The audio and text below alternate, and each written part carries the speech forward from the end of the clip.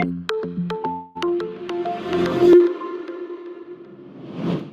everyone, welcome back to the Wholehearted Artist Session 7. Today I am talking about a topic that I think a lot of us were shamed of when we were growing up, and that is for being attention seeking. I think as creatives and growing up an actress, I kind of had this thing like this need for attention, and then I kind of was probably shut down by the adults in my life of like, don't be attention seeking.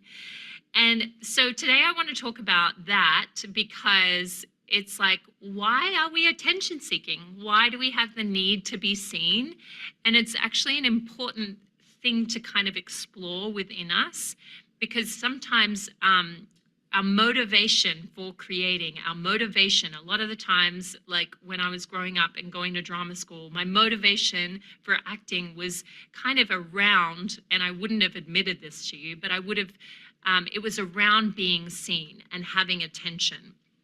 And so the other thing that I've noticed from life coaching many artists, especially in the industry, is that we have this kind of confusing relationship with being seen.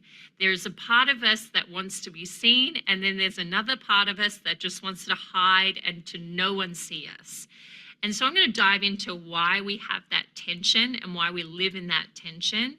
And but I'd like to start off this session by kind of talking about and just gathering awareness around, I've noticed, like I have social media. So when I post on social media, you can see your story and you can like see all the people that are watching your story.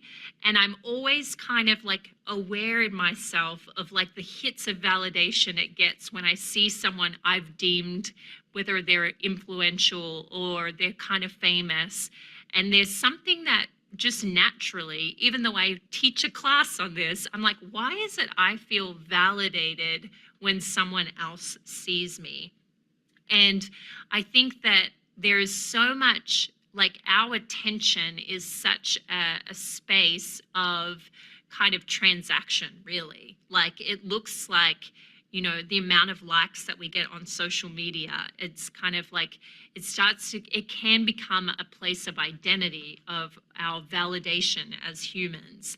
And I know, like, if you think about it, think about someone that you really admire that's famous. And I'm just going to use this person because probably everyone knows who he is, but Justin Bieber. Let's just say that Justin Bieber started following you on Instagram and then started watching your stories, started observing your life. How would that make you feel?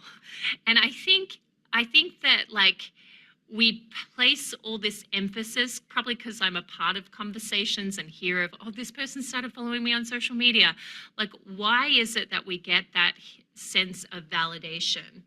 And it's really because it's actually something that God wired in us of actually being seen. We actually are made to be seen.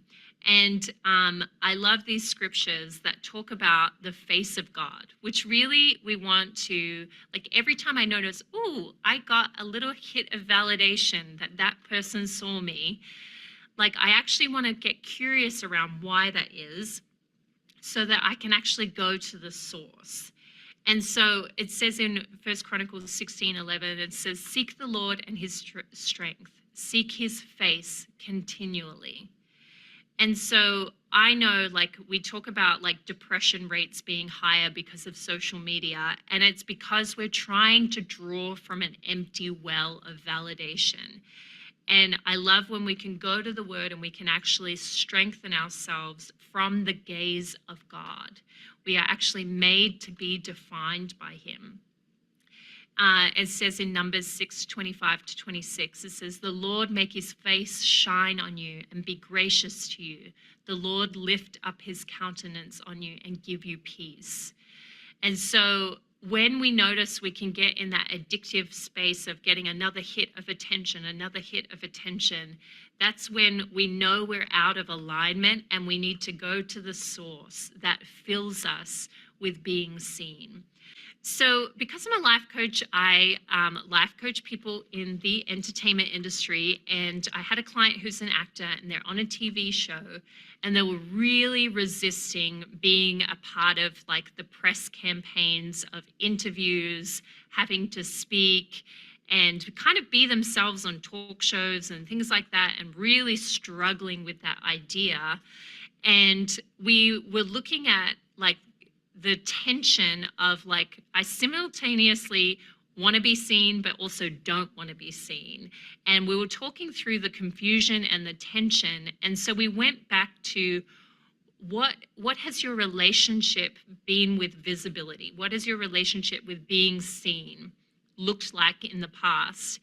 And they realized that when they went to drama school when they were a teenager going into college, they had these mixed experiences, like ambivalent experiences or hot and cold experiences, where like a teacher would celebrate their work in front of the class 1 second, and they could feel humiliated because the class members were feeling comparison and feeling judgment of like, that's not fair that you get all the praise. And then in the next class, they would be berated in front of the class because who do you think you are? You think you're so talented. And there would be jealousy from the teacher towards them.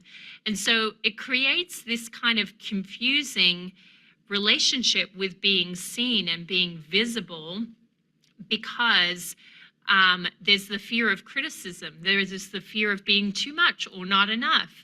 And so it's super important to go on a journey of learning how to feel safe inside being seen. And I think that we walk through life really not knowing where to put our attention. And part of creativity is about really focusing your attention, because if you are putting your attention on getting attention, receiving attention, we can actually become so overwhelmed, and like it can feel like a hamster wheel.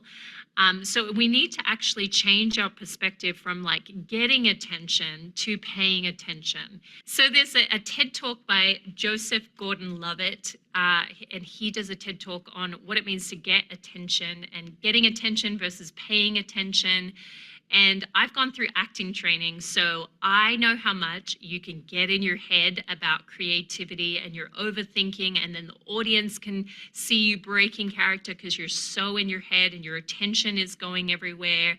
And it's really important to know where to put your attention, where to put your focus.